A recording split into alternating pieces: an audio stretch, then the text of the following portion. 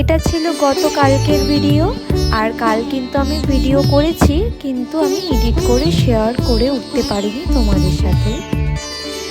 So hello everyone, সবাই কেমন আছো? আশা করছি সবাই কিন্তু অনেক ভালো আছো। আর আমি সুস্মিতা, তোমাদের সকলকে জানাই অনেক ওয়েলকাম আমার নতুন একটি ব্লগে।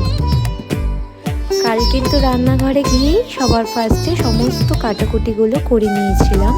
আর তোমরা হয়তো দেখে বুঝতেই পারছো যে কী রান্না করব হলো দেশি মুরগির ঝোল। আর সাধারণত কিন্তু আমাদের বাড়িতে রবিবার করেই চিকেন হয়ে থাকে, কিন্তু কাল কিন্তু হঠাৎই বর বলছিল ওর খেতে ইচ্ছে করছে, সেই কারণে কিন্তু নিয়ে এসেছিল। আর তার জন্য কিন্তু কাল রান্না করেছিলাম। আর জানো তো, এই রান্নাটা কিন্তু আমি সমস্তটা মামুনি থেকে শুনেই করছিলাম, কারণ মামুনির হাতের কিন্তু দেশি মুরগির ঝোলটা এত টেস্টি হয় যে আমাদের মাংসের ঝোল হলে কিন্তু আর অন্য কিছু দরকারই পড়ে না।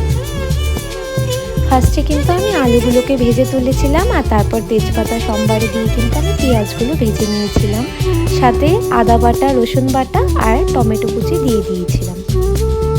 আর তারপরে দিয়ে দিয়েছিলাম অল্প দই আর লঙ্কা।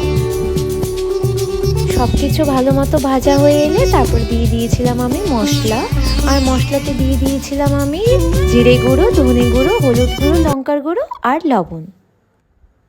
আর সমস্ত কিছু কষিয়ে নিয়ে কিন্তু আমি দিয়ে দিয়েছিলাম মাংস, আর মাংসের সাথে দিয়ে দিয়েছিলাম ভাজা আলু। তারপরে কিন্তু সেটাকে অনেকটা টাইম ধরে কষিয়ে তারপরে দিয়ে দিয়েছিলাম গরম জল। আর গরম জল দিয়ে ফুটে এলে শেষে দিয়ে দিয়েছিলাম ধনেপাতা কুচি আর গরম মশলা। এরপর রান্না শেষ করে আমি কিন্তু চলে গেছিলাম স্নানে। আর স্নান থেকে এসে করে নিয়েছিলাম স্কিন কেয়ার। এই ছিল কিন্তু কালকের রুটিন। আজ তবে আসি, টাটা।